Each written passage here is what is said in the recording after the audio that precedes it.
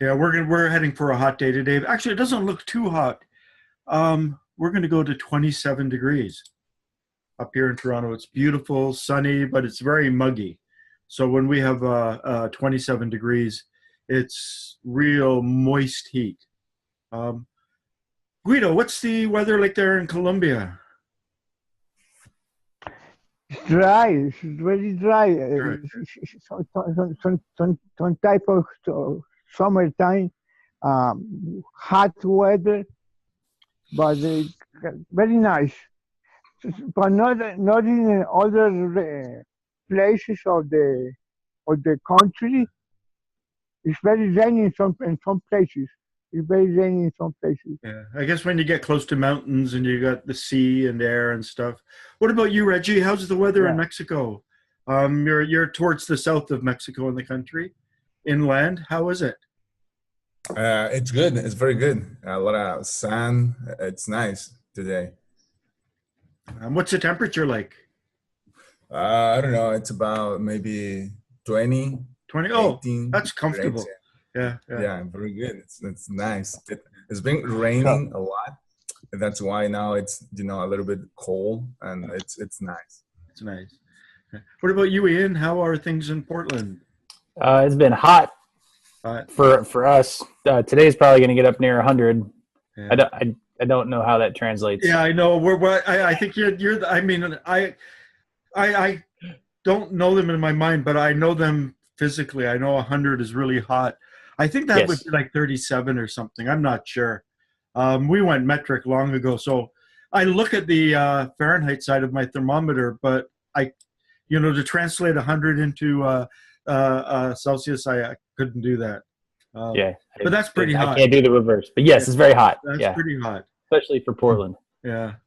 Is it sunny and? It is sunny, blue sky. It's Yeah. very nice. Even when it's warm, like you're hot like this, there's usually some shade and a bit of a breeze, so it's Yeah. not overwhelming. What about you, Michael? How are things down in Australia? We're in winter, so it's probably about 8 degrees right now. That sounds wonderful. I just took the dog for a walk and I felt like melting out there. Um, so anyone have anything they want to bring up? Any questions they want to ask? Today I want to talk about a bit of the cosmology and where the cosmology fits the psychology. But I thought any questions? How's the inner work going? Are we doing exercises? The 12 joint exercise, sources of divine rejoicings? Or are we doing the 10 bone illumination exercise or the 60 bone exercise for the hands and fingers? Or the breathing, the collected state? Well, I've been using that recording that you sent us, the collection, Yeah. And I notice when I finish it, I feel very collected, relaxed in the body. My voice feels a little deeper, like my throat's a little more relaxed, but it doesn't tend to stick around that long. Yeah. So. Not really a question there, and it's only been 7 days, so I'm not, Well, I'm in a sense, what we're doing is he says that we are creating certain emanations, and we want those emanations to settle within us. So, and Mr. Gurdjieff said, you do your exercise and then you try to maintain the collected state for 10 or 15 minutes to allow the emanations to settle. Iman, you're on Zoom. Wow, hi. Because I'm in yeah. Switzerland. Oh, yeah. Because I'm in Switzerland. You're in Switzerland. Ah, Yeah. All right. okay. You got so you're at one of your conferences in Switzerland? Yeah. Oh. How long are you there for? I came on the 11th, and I'm staying till the 22nd. 22nd. And it's one of the peace conferences, whatever it is. Yeah. It was a conference called Towards Inclusive Peace. How many participants? Oh, over 100, around 140. Are they from all around the world? Around the world. Wow. The whole world, we have it here. Yeah.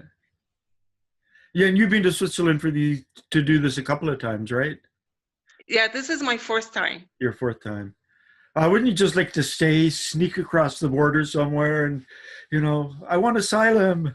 I know that they made her promise when she went to Switzerland she would not ask for asylum.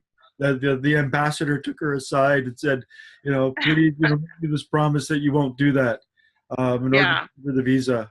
This is, a couple of trips ago, but I guess you're still on the honor system. And Yeah. And that's why they trust me, because I come here and go back. Okay. Yeah. How are things in Syria? Are they settling down a bit? Yes, much better than before. I remember you showed a little clip of people walking and enjoying outdoor activities and like we do here in a regular city. Well, it's full from 7 o'clock in the morning till 9 o'clock in the evening.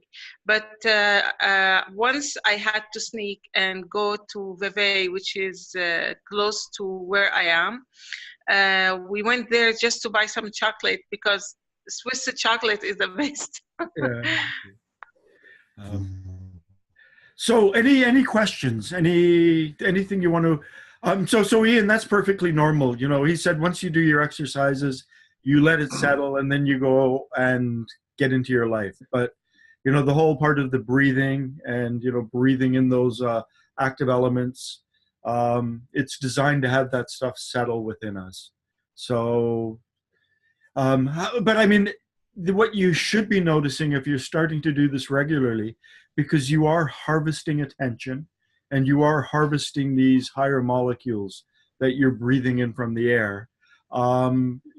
Hopefully maybe a week is not enough, but you should notice an increase in your ability to be mindful, self-aware, to be remembering yourself throughout the day, because you are ingesting those higher molecules, particles, whatever they are. Do you notice that?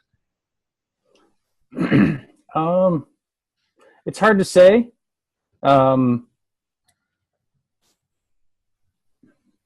want to say yes, but I also don't want to just pretend to myself that I'm accomplishing something. Okay. But it does feel like the light inside is a little brighter. It's a little easier to see what's going on. Yeah. So we'll see. I'll keep it up. We'll see how it goes. And comments are welcome. Even just through the message board or whatever.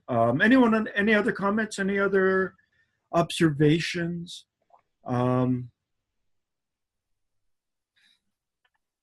It's hard to see the reality.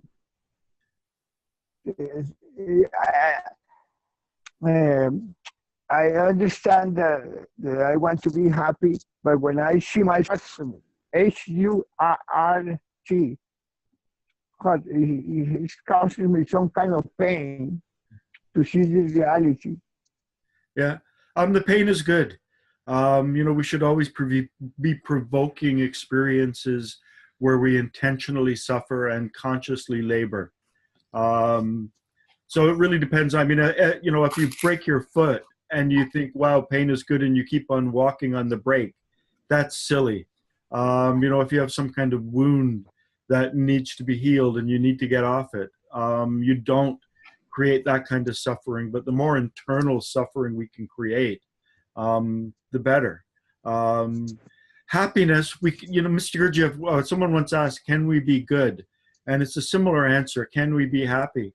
And he said, yes, but it is not the goal of a true man. That's man, not in quotation marks. A true adherent, a true seeker. We grow between positive and negative. We grow in the center. So we don't want to be good. We don't want to be bad. We don't want to be happy. We don't want to be sad. We want to move into that reconciling position right up the center. Now, has anyone thought about the decision exercise that we went through last week? Has anyone started to do something where they've set themselves some kind of a task, which involves a form of punishment, excuse me, if you don't do it? I haven't done it. I'm sorry. Yeah. I haven't done it, but I've been doing the exercises, the one about inner peace, and the holy affirming, and the I am, and the relaxing one. Yeah. I found out that the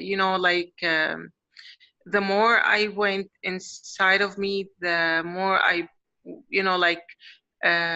brought up all the all the things that have been in my subconscious, and I haven't dealt with them.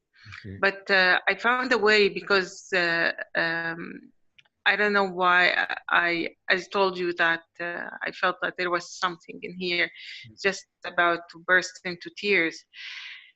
And I found a way to deal with this. When I wake up in the morning, before I do anything, I do these exercises in the morning. Like, they've been like prayers for me. I do them and start my day with them. And after a few hours, I do my sport. It's a, I do sport for around half an hour, 45 minutes, which keeps me the whole day relaxed and better. Probably because, I am releasing all the tension by doing both the meditation and breathing, and also the sport. Yeah. So I feel much better, and I feel that, I used to feel the burden in me used to make me feel like a mountain holding a lot of burdens on me, incapable. But now I feel energized, and I feel it's easy for me now to stop certain things, or to control myself, or to deal with certain issues. Like, I find myself, I'm able to separate things and watch them. So yeah, it's just great. Okay. Mr. Gurdjieff says that without an aim, even if we end up somewhere really good, we can't claim to have taken ourselves there, to have taken the necessary steps. He says it's important for us to have an ideal, and there's actually a 4 ideals exercise I won't get in today, to have some kind of aim, to have a goal. It's important to have a far goal, so we have sort of an overriding goal, but to have an immediate aim, particularly something that we are going to do today, or a couple of things that we are going to do today. Part of this, the whole system to awaken, means to grow more real. It means to be more intentional, to live with intent. If things just happen, we can't claim that we intended for them to happen. And this is why having an aim, even a small aim, even if it's just, when I come to my door with my key, I'm going to hold my key in my left hand. Something as simple as that is an aim. And we shouldn't really set ourselves aims that are too undoable. They should be simple little things. So the decisions, in the collected state, to ask ourselves, what should I do? What task should I set myself? And then to punish the physical body if we don't do it. He says that, what we have to do is we have to oppose the physical body in all circumstances, in all occasions. It was designed by great nature to be the wholly denying force within ourselves. And so it's the opposition that's within ourselves. And so we can't let it win. So when he says, do what it, or like what it does not like, when he's talking about it, he's talking about the physical body, and the physical body needs training. So if you step upstairs with your right foot, you want to try and break that habit, make your walking upstairs something that is far more intentional. Link it to an aim. Keep the aim simple. So it's not like I want to walk with full awareness for a whole mile. It's, I want to, during the mile-long walk, I want to try and bring myself back to myself as often as possible. And I want to walk as much as I can in the collected state. That's a possibility. But, you want to set something up that where if you do not comply, that perhaps you hold your arms out, for Mr. Gurdjieff recommended for 7 minutes. He said that after a while, you'll begin to notice that it involves two centers. And the centers are the physical center and the emotional center. It's a very interesting exercise. He recommended to people to stand with the arms out, palms facing down, starting at 7 minutes. And then the next day you increase it to 8 minutes. The next day you increase it to 9 minutes. And it really starts, he talks about reverberations in the solar plexus in Life is Real, Only Then When I Am. And when I did this, I had major reverberations in my solar plexus. So to get a taste of that state. But, little goals, small goals with some kind of punishment. I'm going to open every door handle with my left hand. Or one that he recommended for people was to set a time to say at 11 o'clock, I am going to do X, Y, and Z. He has these exercises that he gave some of his students. He would say at 11 o'clock, I want you to rank your family in order. So first with your father, then with your mother, then with your eldest sibling, and then the next sibling. And, at noon or at 12 o'clock, you think of your father and you think the words, I am, thou art I. And you try to remember yourself and you try to represent them as fully as you can, to see them as completely as you can. And then you go to think of your mother, as long as they're living, and you represent her to yourself as fully as you can in your inner mind's eye. And then you think, I am thou art I, and then move through your family. It could be your parents and children if you have children, or your parents and siblings. And he said it doesn't matter where they are. This was just one of the exercises that he gave people to start bringing this degree of intention and intent and aim into our day, so that we can be said to have done something. Excuse me, because he talks a lot about how we cannot do things just happen. When we set intent, that's the way we begin to exercise our ability to do, and we begin to grow our will. So just, baby steps, but it's important to, with me, what I've been doing is I've been doing that exercise. I thought I came across it again in G.I. Gurdjieff, Paris Meetings, 1943. And so I've been thinking of my eldest daughter, my son, my youngest daughter, and then my sister. And I've been thinking, I am thou art I, and representing them to myself. Because he does say that there's a special quality that comes with blood, that there's a telepathic nature that comes with kinship. And, perhaps it's the iron in our blood is magnetically charged in a very similar fashion to the iron in our parents' blood and our children's blood and our siblings' blood. So, for me, I just want to see what happens, see without changing anything on my part. And I know that they're not going to be watching this, or else I'll figure out what I'm doing. But I just want to see if I do that for a couple of weeks, will it change their interaction with me? Will they do different things? I have no idea. I'm doing it as an experiment, but just to see what's going on. And then for me, it's not really a deep punishment, but I've been taking the dog out in this hot weather. I got a spray bottle. I spray him down, but I've been going for like 2, 3, 4 mile walks. And so my punishment is just to walk an extra mile if I forget. So that's an extra 20 minutes walk, which the dog will love. And I don't really mind. I like walking. So just doing, a simple task like that to bring conscious intent into our day, sometime in our day. So we've got to actually stop and remember ourselves, to collect ourselves, to do whatever it is that we're going to do, and don't make it complex.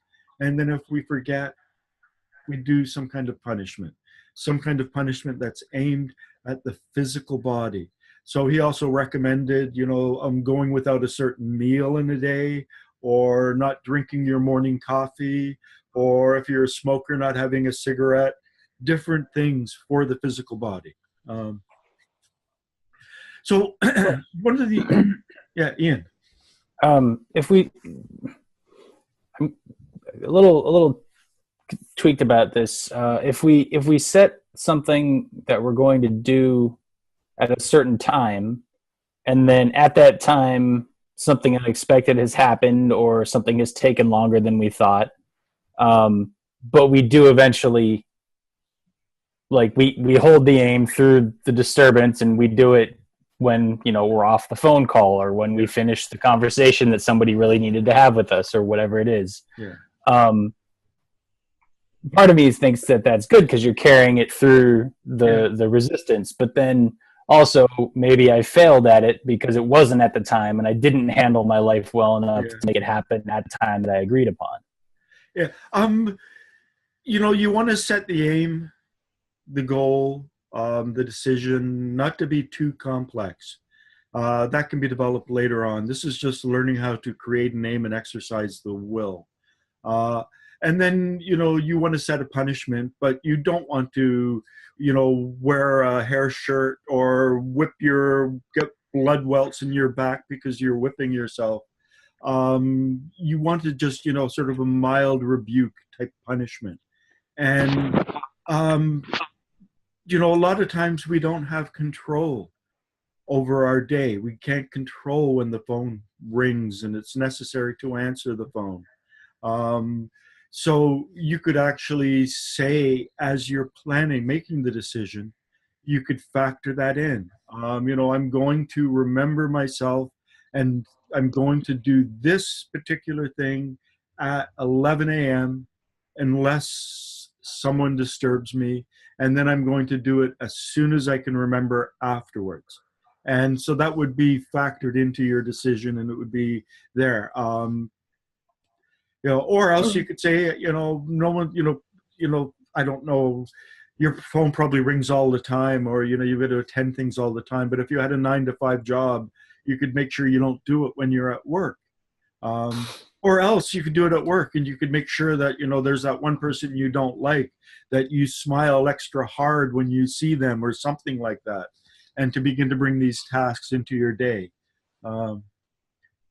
Thank you. That helps.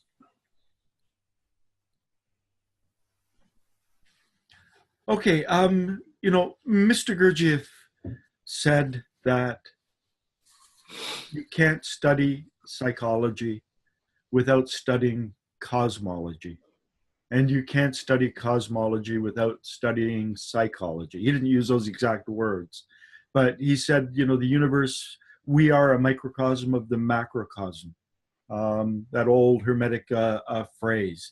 He says it's not quite as simple as a lot of these people have made it out to be, because you have to understand the law of octaves and the problem that occurs at the mi note and at the C note, and how this can cause things to deflect. So you have to factor that in order to get a correspondence with above and with below. There's an ancient phrase that they attribute to the Greeks, but it's way older than the Greeks. It's, man, know thyself, and thou shalt know the gods in the universe. Most people only know the first part of that, which is know thyself. They don't realize that there's a second part, know thyself, and thou shalt know the gods and the universe. And they also don't recognize, because they don't really play and express the second part as much as they do the first part, they don't realize it's a formula. And it works equally, know the gods and the universe, and thou shalt know thyself. So when we study what goes on outside of ourselves, we study what goes on inside. Let me just bring something up. If I can.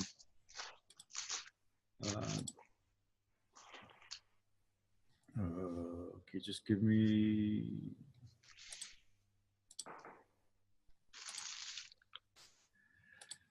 So this is the most basic representation of the way the universe functions. We started with one. We started with the absolute, the unknowable. This is, you know, the Hindus talk about this level of divinity, this level of God, as being 5 fingers more than anything we can imagine. We cannot describe the absolute. We cannot limit it with language.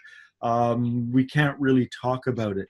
But there's this absolute substratum that is the basis of all reality, basis of our existence. And within the one is the three. And the three, in a sense, are coeval with the one. And they're not really part of the created realm. So the one and three, there's an eternal sense to them. And within the absolute, the three can be in a very undifferentiated form, or it can be in a differentiated form. And in the differentiated form, it leads to the creation of the universe. So the one and the three there's an eternal component of them. But from the three comes the 6. And then from the 6 comes the 12 and the 24 and the 48 and the 96. And so these numbers are not just plucked out of the air. These numbers all have meaning. They all have importance. And this collectively is known as the ray of creation. And this is our particular ray of creation. There are other rays of creations, other universes potentially, other things we don't even know about. But within our schema, within where we are, this is the way we are connected with the absolute. So you can see that the Earth is way down the list, and the moon is even lower. Now, each one of these levels is twice as intelligent, twice as refined as the level below. So, for instance, the Earth is twice as intelligent, twice as vibrant than the moon. And the Earth is half as intelligent and half as vibrant as all planets. So these represent orders of reality. They represent levels of reality. But it's not like the absolute is up there and then we are down and then, you know, we're just sort of like, you know, hanging from each other, because these are all interpenetrating each other. So there are molecules of the absolute right here and now, wherever we are. Molecules of all worlds, molecules of all suns. Everything interpenetrates each other.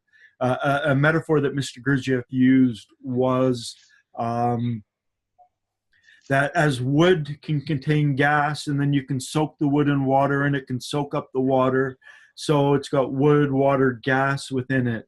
You know, everything is here. Everything is contained within ourselves. These molecules, these particles of these different levels of reality are all contained within ourselves.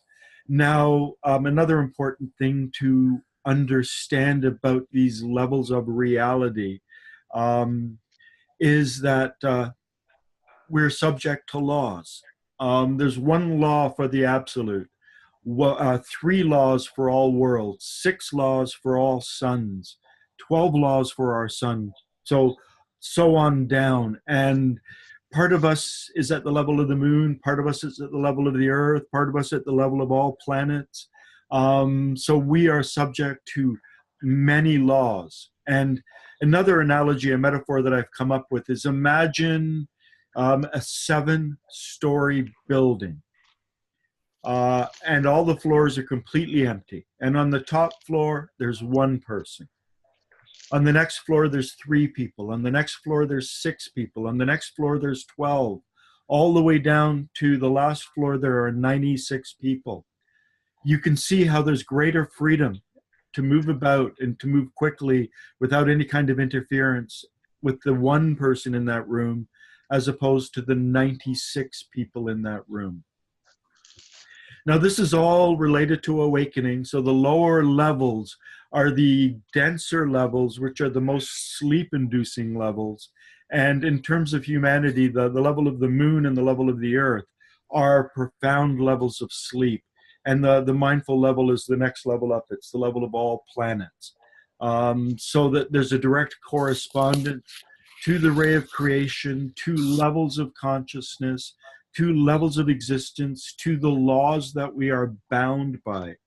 So on Earth, we are bound by 48 laws. This is a pretty dense, heavy, dark place in the universe. And if we could free ourselves just from half of those laws, we would be then world 24. And we would have much more inner freedom, much more external freedom. So there's a degree, so not only awakening, but there's a level of freedom, there's a level of breaking free from the laws. So to have this representation, to understand this, is very important, because we are the microcosm of the macrocosm. So we have, from the absolute to all worlds, to all suns. So when you look up in the sky at night and you see all those stars, all of the stars are suns. That's that level of reality. Then the sun itself is hydrogen 12. It's at the level of 12 laws. Then we come to our planets. We come to the earth that we live on, and we come to the moon, which plays a very active role in human affairs. So looking at this, it doesn't really look to quite relate to ourselves. But when I do it differently, just give me a second. Let's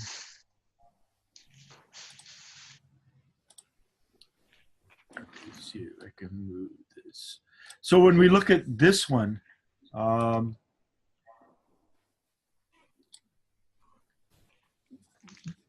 this is where we are. This is the same thing represented differently, and these are only representations.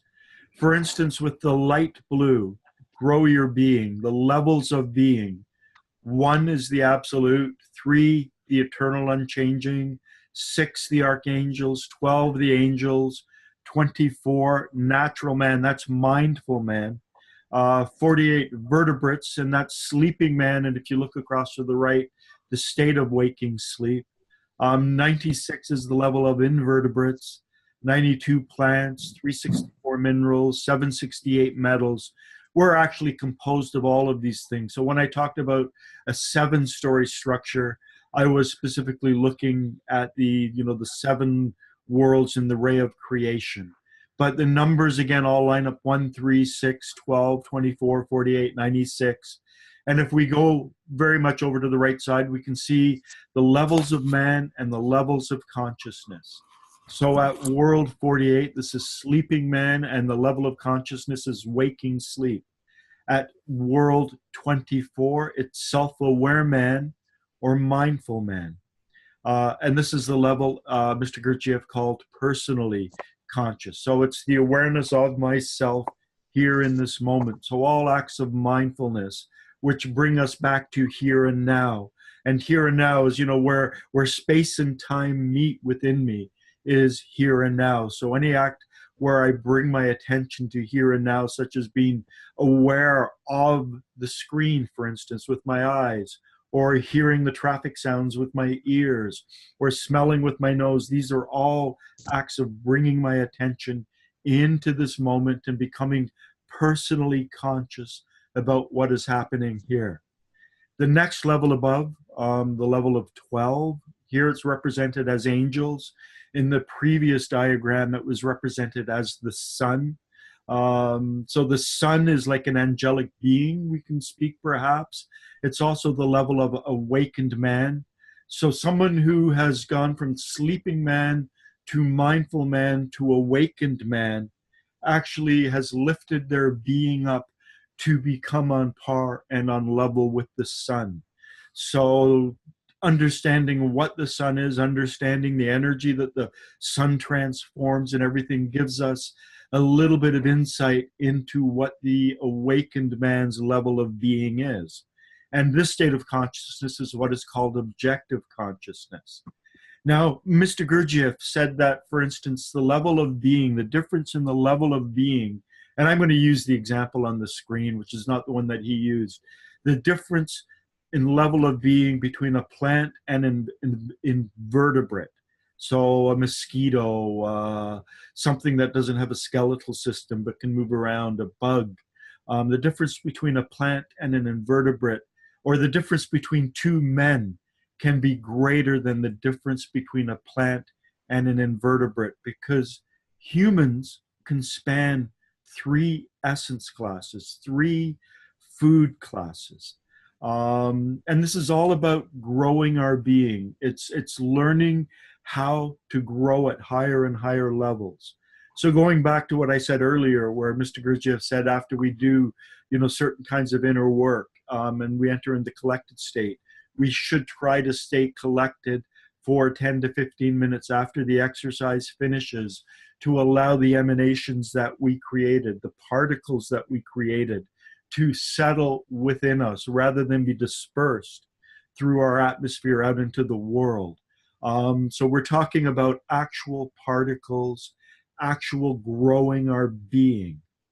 Now, if we come and look over at the diagram on the left, this is my rendition of the ancient diagram of all living things. Here in the ancient diagram, they just have vertebrates. They don't have slumbering man. Here at this level where I have mindful man, they have natural man. And then here where I have awake man, in that original diagram, they have angels. Otherwise, this is unchanged. And this shows us the nature of existence. It also shows us the purpose of life. And by this, I mean any one of these squares over here. Let me just, can I magnify this? So any one of these squares over here represents a life form. The number on the left in the middle represents their essence category or their food category. The number in the top right represents what they are food for, and the number on the bottom right represents what they eat. Now, humans, we are these, fruit-eating apes that fell down out of the trees and ate roadkill, so to speak, and developed a taste for meat, and the environment changed and we came down from the trees and we learned how to hunt and various things. So we're all over the map. These are like sort of Platonic ideals. But everything in the universe is designed for the transformation of energies. And we understand this most especially in terms of the food that we eat. So the food that we eat is transformed into our body. It's transformed into the energy. We need to move our muscles to get through our day, to do whatever. And we eat more than food. I'll get into that in a minute. So this shows that we can rank. And ancients a long time ago did this. They developed this chart. And they realize that there is a growth. So these levels represent laws. They represent levels of consciousness. They represent levels of vitality. So, going from the absolute, the earlier one, just, the ray of creation, all of those numbers and more are reflected in this diagram. And when those numbers are reflected, there is a correspondence between them. And now this reveals interesting things. So the slumbering man is food for the angels. In the original diagram, this was the angelic realm. But, slumbering men and an awake man, they have a special kind of relationship. There is something that slumbering people can give to awake people. As a form of nourishment. And this is maybe why awake people take time to talk to slumbering people. I'm not sure. But it shows the interrelatedness and interconnectedness of everything and how it's all related to food. And food is really just the alchemical transformation. I'm going to move up to here. This diagram in the middle, again, notice the numbers, 1, 3, 6, 12, 24, 48. That was the original diagram, a part of the ray of creation that we belong to. But, these numbers do continue. And this diagram here represents man as he is born, natural man. I have to add a proviso in that we don't know many examples of natural men. Most of the people that we know are deformed, they're malformed, they've got wobbles, they've grown parts of themselves in incorrect ways. So this is like an ideal of a natural man. And you notice the word food, air, and impressions. We have three forms of food. The food that we eat, the physical food that we eat, the air that we breathe. We breathe in approximately 2 kilograms or a little over 4 pounds of air a day. It's our second being food. And also the impressions that we receive. Now, the thing about impressions is I'm in Catherine Hulme's notes with Gurdjieff, with Mr. Gurdjieff. She talks about an impression being something like 1/10,000th of a second. So impressions are feeding us all the time. For instance, and for a normal human being, we can feed directly on impressions. We do not have to transform impressions into a food that we can feed on. So this impressions do not need to be refined. A sound wave comes to our ear. The sound wave is an impression. And we've got these little hairs on our ears that then begin moving with the sound. And that sound is translated into an electrical impulse. We can also use the word transform. I was talking about this with a client yesterday. Down, if you held your arms down, 30 degrees, open slightly, where your fingers would be pointing is two blind spots. We have these blind spots that our brain automatically fills in. Down sort of, I guess you can't quite see where my hands are ending, but down. And you can go online and look for blind spots, and there are tests that you can do to prove that you have these blind spots. And the reason we have the blind spots is we've got 10 million photoreceptors in our eyes that are receiving the vibrations of light. And we know that light has different vibrations. The Roy G. Biv, red, orange, yellow, blue, indigo, violet. As you move up, the vibrations are more important, or not more important. They're higher. But where the photons go into the brain and they're turned into electrical signals, we've got a little nerve going in through our eyes, and that's why we have blind spots, because these photoreceptors need a way to get into the brain. And so there's one area where they all go through. But we don't see light. We're seeing the representation of the light as it's transformed into electrical energy in our brain. So all of our senses transform what we receive directly into electrical energy, which then feeds us. So we feed on food, air, and impressions. And this diagram, if we look at this is the octave, the very where my cursor is, this is the octave of food. We eat food. Food starts out as dough 768. And then it meets with something in our mouth, where the plus sign is up here at level 192. Mr. Gurdjieff called this carbon 192. Within us, the actual process is the food comes into our mouth and it meets with the saliva in our mouth. And then the higher blends with the lower to meet in the middle. So Ray 384 then goes into our stomach.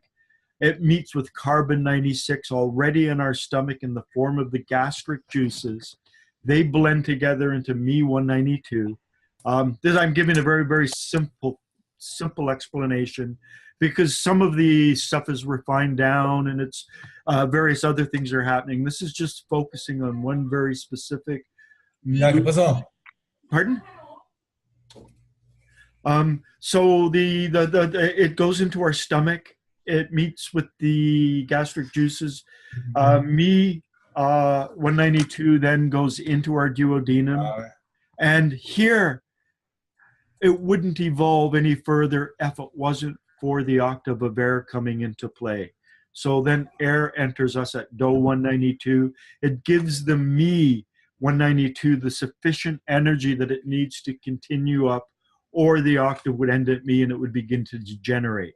So then it moves into our liver is Fa 96. So 48 is the cerebral hemispheres. La 24 is our cerebellum. And then the highest energy naturally produced in the human body is in our reproductive organs, and that's C12. The octave of air comes in, we breathe it in. This is responsible for our emotions. This is why we don't have a lot of really high level emotions, because our emotional center is pretty stunted. It just comes up really basically until me 48, at which point it ends, because it doesn't have the necessary energy to move up to the next level. But within ourselves, we do have these carbons, these plus 48, plus 24, plus 12, that allow our emotions to evolve this way. Now, looking at this diagram here, where my cursor is, Law 24 of the octave of food, this is a very, very important molecule. When I first set out doing this, I was in contact online with someone in the foundation, and they told me not to waste my time because you've got to really, really learn these in many different ways. Law 24, just sense your hands. Sense the skin in your hand. Sense the bones. Sense the muscles in your hand. Sense your hands as fully as possible. And that sensation, that awareness of your hands is actually Law 24. The product of Law 24 is to be able to sense our body. And one of the problems with humanity is C12, the energy that's produced in our reproductive organs that Mr. Gurdjieff calls sexual energy, is siphoned away by our other centers, and this leads, so to speak, to a malignant growth within us, which he called the misuse of C12. And I mean, I'll get into that. I don't know if I'll get into that today, but I will get into that. But if you realize that Law 24 requires C12, basically, right over here where my cursor is, the So 48 has to come into contact with something of the level of 12 in order to produce La 48. And La 48 is where we are lawfully using the energy in a proper way. So the more we can bring our awareness back to our physical body, back to the sensation of self, back to the awareness, of my feet, ankles, lower legs, knees, upper legs, hips and buttocks, my lower back, my lower torso, mid-torso, upper torso, my hands, wrists, lower arms, elbows, upper arms, shoulders, our neck, right up to the top of our head. The more we can do that, the more we're using this energy lawfully. But if you can't do it, if you just have lost the ability to sense yourself, it means that the higher energy that was necessary for that alchemical transformation has been all used up, and you have to accumulate it again. So again, going back to the first diagram where I talked about, the ray of creation, all of the numbers are here. These all exist at these levels. So we've got this level within ourselves at the level of 96, which is the level of the moon. This manifests particularly within ourselves when we experience the lucid emotions like road rage or anger or just complete despair and resignation. Our most mechanical, our most, destructive, emotions, homicidal rage is a representation of the emotions in World 96. So for normal people who get in, road rage and they want to smash someone's window in, or they get in yelling and arguments and things like that. Some of the energy, some of what they're producing at that level, according to these teachings, helps to feed the moon. It's the energy that's required by the moon as part of the ray of creation and as the growing end of the ray of creation.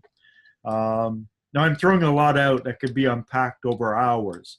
The next level up, this is the level of mindful awareness. But if we just focus on becoming mindful of our physical body, that just represents the octave of on the left, the octave of food. But we can develop the octave of air much higher, and we can develop the octave of impressions higher. So this is not the awake man, this is the mindful man. And the reason we can't do this, the reason a normal person is unable to do this with any kind of regularity, is because they lack the higher substances within themselves that are necessary for this alchemical transformation to occur. A very important one to help this process is So 12. So 12 of the octave of air, which represents emotions. The breathing exercise, to put yourself in a very relaxed state, to get yourself into a collected state. And then to use your head brain, body brain, and feeling brain to breathe in. And then to use your head brain, body brain, and feeling brain to breathe out. But breathing in your head brain, you represent the active elements of the air, that you're breathing them in. And that you're sensing in the body brain, you're sensing your lungs expanding. And if you can bring a little joy to your eyes and joy to your demeanor and feel a joyful emotion, you are invoking all three brains. And then when you breathe out, imagining something remains. As you breathe out, a gray fog, representing, the gray fog is the representing to your head brain. And what you are doing is you are working and bringing in, I don't know which carbons we're bringing in, but these plus white boxes that we need, these elements have to be present within us in order for the alchemical process to happen. So in order for us to experience some of the higher manifestations and to digest air and experience some of the higher emotions, we need something to already be present within ourselves. And so this is where the breathing exercise comes in. And it's also, when Mr. Gurdjieff says, don't rush off after you do certain important exercises and allow the emanations to settle. What we're doing is we're actually growing our being. We're growing our being at a higher level. So this is, on the left is sort of man without his being hasn't grown. This is the first step up. And this is a proper, fully three-balanced, three-brained first step up. This is actually a diagram of self-remembering as well. The first conscious shock is self-remembering. So we not only have the evolution or the development or the alchemical transformation of these molecules from the air we breathe, we're also in the process of refining our impressions as well. Mr. Gurdjieff defined one of the ways we can do this. He said that we double an impression if we become mindful at the moment of receiving it. So if you're aware that your light, your eyes right now are receiving this view, this totality of energy coming in, and you're aware of your eyes receiving the light vibrations that you are, or you're aware of your ear hearing the sound, you are doubling the impression, so to speak, which means you're taking the dough and you're really moving it up to the ray. You're doing the transformation of that energy.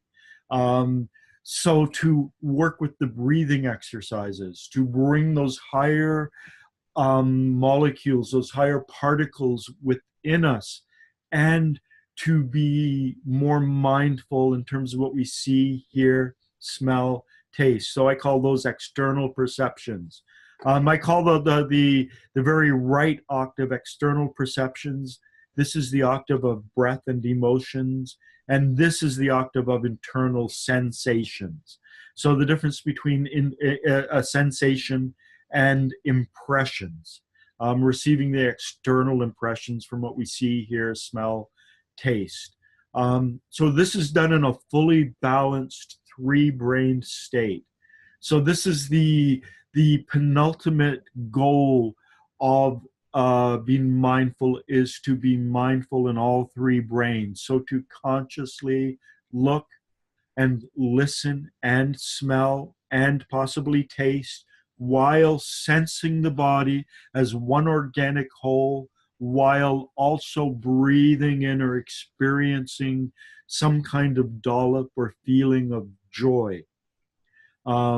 To be mindful in all three brains, the head brain with our external perceptions, the body brain with our internal sensations, and the feeling brain with our feelings.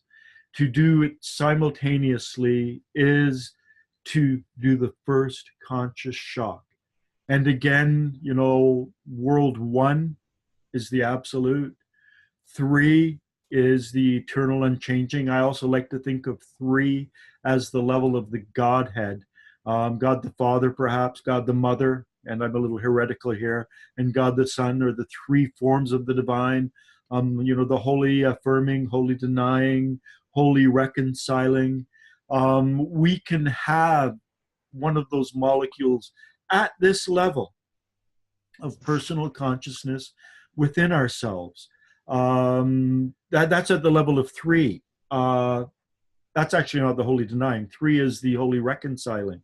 Six is the holy denying. So we get a lot of six. You know, we can actually tap in just as we are now to the lowest levels of the Godhead.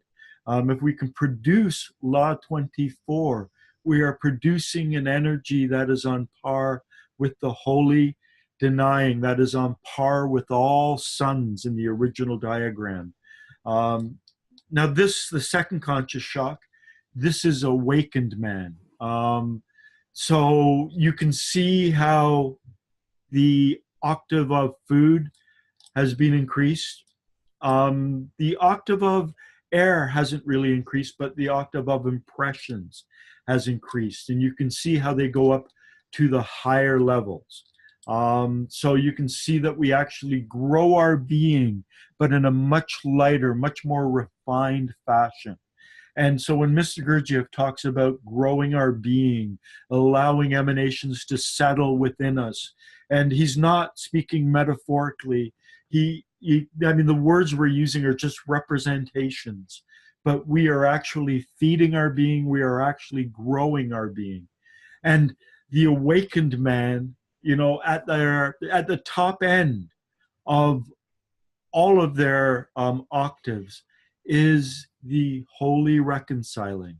You know, if you're an esoteric Christian, you would say that's the level of Jesus, that's the level of Christ. Hindus, that would be the level of Rajas as a divine quality. One would be Sattva, six would be Tamas, and three would be Rajas, but at the divine, most perfect expression of it. And you can find these representations and these similarities in other teachings and other understandings. So when we look at the state of objective consciousness, this is where the world becomes real, because we've removed a lot of our perceptual filters. You know, you walk into a room, you see chairs. Those chairs don't exist in the room. They exist in your mind. They are perceptual filters. In your mind, you project the meaning of chair onto those objects in the room and identify them as such. They're not really in the room. They're really in your mind. They're part of your mental projection. Just like this phrase at the top, the second conscious shock. This does not exist on the screen. On the screen right here are some lines and squiggles, and your brain is superimposing. It's projecting a meaning onto those squiggles that make them look like words that you think are on the screen, but those words really only exist in your mind. So a lot of what we see in the world are internal projections. And if we're not real inside, if our thoughts are not real, if we're always, thinking of fantasy and illusions and hallucinations, and, the biggest collective hallucination is that it is now my time, 11:34 a.m. on Sunday, July the 15th. Who said it's Sunday? Who said it's July? Who said it's the 15th? We have this collective hallucination that we take to be real, which isn't real. It's just a figment of human imagination, and it only exists in our minds. That's part of subjective reality. When we step up into the level of objective consciousness, we begin to separate the real from the unreal. We begin to see what really is here. My body is really here. This is why it's good to nurture the awareness of my body. There's a reality to my body. The objects that are around me in the room, the chairs are really here, but they are not chairs. They are objects. They're not even objects. That's a label. So this level is the level of the awakened human. So the center of gravity for the awakened human is at the level of 12, which is the level of the sun. They have access to a higher level. We're 3-story beings, so we have access to the level above and the level below. So an awakened person can have access to the wholly denying, the lowest level of the Godhead, but the level of 24 is the level of essence, for instance. They also have access to essence. And this is why an awakened human being can act as like a petulant child at times. They still have that level that has an influence on them. And the level of essence isn't this perfect, wonderful, idealized level. It's J.G. Bennett said it's a very emotional level, but it's a reactive emotion. So this is, Bennett says that between 12 and 24 is where things polarize. So, love at world 12 has no opposite. So this is love of consciousness. This is when Mr. Gurdjieff, with his expressions, love, faith, and hope, when he talks about the level of consciousness, he's talking about 12. When he talks about, the level of feelings, he's talking about 24. But here, love becomes love and hate, and so it can become really reactive. And, there's been a lot of things coming out now about how spiritual masters can't be spiritual masters because they get upset or various different things. A lot of that is actually hidden away from a lot of the devotees. They've got an inner circle of people who don't let them manifest in certain ways when they're in public, but they still feel those emotions. It still has some kind of sway in them. So, this sort of busts in a sense the myth that the awakened man is a representative of God, because that's level 1. He's not even at level 1. He's connected to the lower levels of the Godhead, but he's not at that level. So understanding these diagrams, this is the whole alchemical process. This is the whole level of awakening. And I don't want to go into it too much more now, but all of Mr. Gurdjieff's teachings, everything can be located on these diagrams. Now, some of these diagrams would need to be expanded. I've got a diagram that shows the misuse of C12. It's not on this one because I wanted to put everything on a single page. I don't want to go into that right now. I just wanted to give you an understanding of why cosmology and psychology are interrelated. And when we study ourselves, we are studying the universe. And when we study the universe, we are studying ourselves and understanding the levels and the orders of reality, understanding the nature of the ray of creation, understanding, the difference in orders of laws in terms of heaviness, in terms of density of these various molecules that are represented here at the top. We begin to see all these correspondences within ourselves.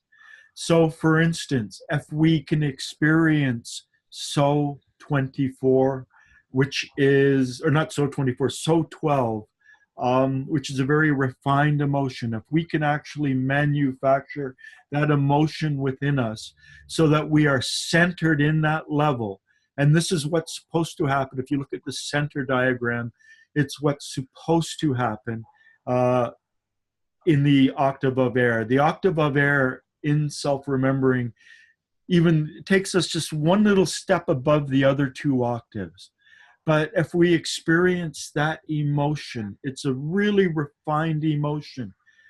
It will give us some understanding of the sun, because that is the level of the sun. Are real heavy, the homicidal emotions that I was talking about earlier, the road rage, where people just lose it. It's not necessarily anger. It could be complete, absolute fear, where someone wets their pants. They're just so absolutely terrified. Or it could be just a complete despair, overwhelming. At that level, it's said that, humanity feeds the moon. And it's not that humanity feeds the moon, it's that most people feed the moon. And it's not that we really feed the moon, except we do feed the moon, because whenever we succumb to those emotions, we are actually releasing in our atmosphere. This is far from the collected state when you're in that kind of total terror, total anger, where you don't exist. It's just anger and terror. We can get a sense of the heaviness of the moon and what that level means. And then, the world 48, this is the world of our body. This is the world of our mechanical habits. So whenever you step up and you land on the first step with your right foot, or whenever you put your pants on and you put your right leg first, or whenever you reach for a door handle and turn it with the same hand, most likely your right hand, this is a manifestation of hydrogen 48. This is a manifestation of the energy of the earth and the ray of creation. It's a it's how we can taste this energy within ourselves. So certain mechanical forms of behavior are world 48. The mindful level, and here, let me bring this back. Whoops. I wanted to do an inner exercise. I may not quite have time. Let me get through. So if you look at this middle diagram, you will notice that at the level of 24, at the level of mindfulness, there are three molecules: La 24, Fa 24, and Re 24. So in the proper three-brain state of self-remembering, we should be transforming these three molecules. La 24 is, so this is the all planets. This is the part of ourself that exists in the planetary realm of our solar system. So the level below the sun and above the earth, it's all planets in our solar system. So La 24, the use of this energy fueled the mindful awareness of my body, what Mr. Gurdjieff termed as sensation. So I can actually incorporate the inner work and doing an inner exercise talking through this. So the mindful awareness of my physical body. My body brain is located in my spine and in the lower part of my cerebellum. But for instance, we can become aware of gravity. So the effect of gravity on our body, pulling us down, the pressure points, perhaps the bottom of our feet, underneath our buttocks, underneath us. We can sense gravity. We can also become aware of the sensation of balance. Our head is balanced on our neck, which is balanced on our shoulders, which is balanced on our spine, which is balanced on our pelvic bones. So any kind of sensation. This also includes, we can sense inside the stomach, we can sense the bladder, we can sense our colon, we can sense down our throat, various places within the body. This is all fueled by this planetary realm energy. And it's a very specific energy. So La 24 is not the same as Fa 24. This is what they don't understand, for instance, in the normal teaching of mindfulness. They don't talk about that there's different textures, different flavors to these energies. And Fa 24 is the same planetary level, but felt in the emotional realm. And then Ray 24 is the same energy felt in the head brain and fueling the head brain, fueling potentially our perception. So to consciously look, listen, smell, taste, to be aware of our sense organs receiving an impression at the moment they receive an impression. Or we can even take this one step further when we get more advanced, and we can, the Buddhists talk about this, becoming aware of your thoughts, like clouds floating by on the inside of your mind. So you are separate from your thoughts and you're mindful of your thoughts. That's fueled by a completely different fuel than the sensation of ourself. Now, there's the C12 is the highest thing that we naturally produce. And when we don't have the proper carbons and the things inside ourselves and we don't do the proper work, the other centers, so the emotional center and the intellectual center, steal the C12 in various malignant ways that leads to sort of a negative growth within our being, and it leads to all sorts of wobbliness. And that's why I said the diagram over on the left, the waking sleep, represents sort of unsullied natural man.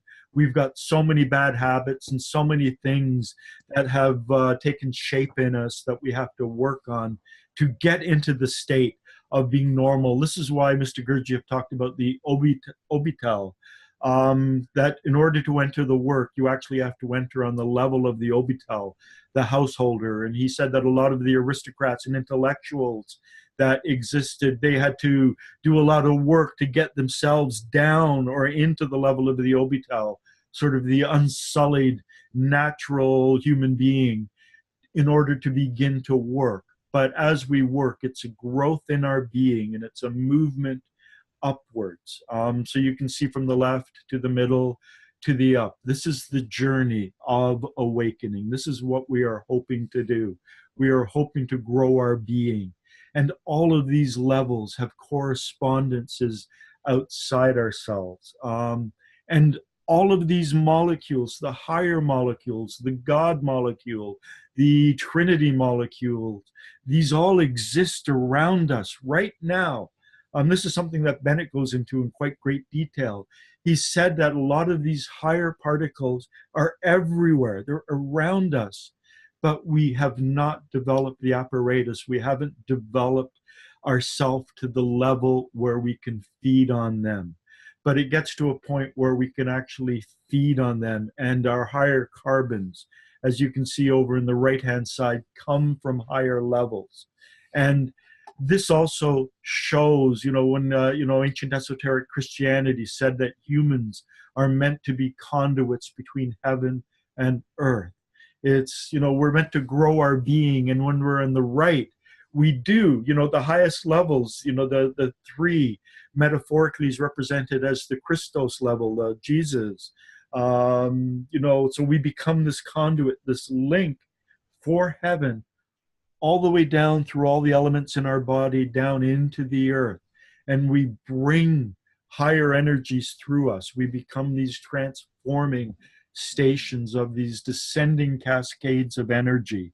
And this is one of, as I understand it, the goals of the work, to serve great nature, to bring the highest energies we can down into creation, in a sense, to feed creation. And so this is what I believe is the purpose of the evolving end of humanity. They say humanity is the evolving end of great nature, and within humanity, there is an evolving end of humanity. And, it's all for a purpose. There's a meaning of what we're supposed to do. So by looking at these diagrams, by understanding these diagrams, by superimposing them on the work, And I'll do that later. I'll talk about that later, how everything that Mr. Gurdjieff talks about, from identification to internal considering to formatory thinking, negative emotions, all the ways that we can get broken and waste energy, it can all be mapped out and understood through these diagrams. There, I've, I hope you're bringing yourself back to yourself, into aware of your breath, and aware of your body, and being in this moment throughout the meeting. But I covered a lot of ground today. Mr. Gurdjieff, actually, if you go back to In Search of the Miraculous, he brings this stuff in very early because it's important to understand where we fit into the universe. Any questions? I'm a little curious about all worlds, because I can kind of understand everything up to that, and I can kind of understand the absolute vaguely. But well, I mean, real world is a planet, so yeah. It seems like it's a misunderstanding. Look up in the sky at night, and every point of light that you see represents all suns. Mm-hmm. And then all worlds are everything that you can see, including all those suns, including all of the space. That's the totality of this is the way I understand it, the totality of the universe. So there's the absolute, and then there's everything that's in existence, that's in creation. And then the next level is actually the points of light, the stars in that whole what's up there, and then it comes to our sun, and then it moves down. That's my way of understanding that. Whether or not it's correct, Of course. Thank you. I mean, this is noble work we're doing, important work that we're doing, by growing our being, by transforming. The higher the energy we transform, the higher the purpose we serve in the whole schema of creation. And it's also nice to know that there's a map that shows us where we go. This is just a representation. It's a map. It's not the reality, but it gives us, these understandings. So, when I'm aware of my body, that's the planetary realm. When we grow the Kesdjan body, when we grow the astral body, it's world 24, where we're growing ourselves at a higher, more refined level. The real I is world 12, the real I that we're ultimately want to bring out and awaken and bring into the world as awakened beings, is at the same level of the sun. So we can begin to understand these things. Any other questions? So when you look at the sky at night, you see all suns. Yes, that's the stars. This is my own. When I look at up there, I'm thinking of that I'm seeing all stars. But when my whole field of vision and all 14.5 billion years across of the universe, all worlds include all suns, everything up there, except it's at a slightly higher level. Maybe we can think of all worlds conceptually or theoretically as creation just, a millisecond after the Big Bang, when everything was hydrogen, and then as it began to cool and solidify and the stars appeared, and, maybe we can represent that level that way. I'm not sure. I'm not a cosmologist. And to be honest, the higher levels, they're interesting, and it's all very informative, but in many ways it's beyond our level of reality, beyond where we are capable of really understanding at the moment. This is something Mr. Gurdjieff never really talked about. He never talked about the higher work, because the people that he was working with were Europeans, and he had to start with square one. So a lot of his teachings and a lot of the focus of his teachings are for the lower realms and how to correct and how to bring things back into balance. I wasn't quite an answer, but any other questions? Bring yourself back to your breath, bring yourself back to your body. be aware that this sensation of self, this awareness of yourself, is fueled by Law 24 of the octave of food. This ability to sense the air as it touches our face, this ability to be aware of the effect of gravity on our body, this ability to sense our spine, our hands and fingers, feet and toes, are all fueled by that energy. Now, the ability to be mindful of the screen in front of you, to be mindful of these images, to be aware of these images, is fueled by Ray 24. It's a different molecule. It's the molecule of impressions, receiving things from the world. So if you can globally, see things, so rather than just simply focusing on something to the exclusion, but if you can see where your focal point, which is you'll hold your arm out and the top of your thumb is about your focal point, but if you can also, while you're aware of the screen, become aware of the peripheral of your vision, to become aware of receiving, all of these photons, these light molecules, these vibrations into your eyes, to become aware of what you're hearing, the sound of my voice, anything you can hear outside, the smell that you can smell, the taste in your mouth. These are fueled by Ray 24 of the octave of impressions. So it's a different fuel than the Law 24 that fuels your physical body, the sensation of your physical body. And these are different from the Fa 24 of the octave of air or emotions. I realized years ago when I was taught to self-remember, the very last step, the way I described it to people, I don't know if he used these words, to me was, he said, consciously look, listen, smell, taste, become aware of your body, then become aware of your breathing, and then try to breathe in a tiny dollop of joy. So that dollop of joy, that emotion that we can breathe in, if we can get our self to smile with our eyes, smile with our mouth, if we can become mindfully aware of that slightly elevated delight, joyful emotion, that's fueled by Fa 24, which is different than Law 24, which is the sensory awareness of our body. And this is different than Ray 24, which is the external impressions, and it's the level of our impressions.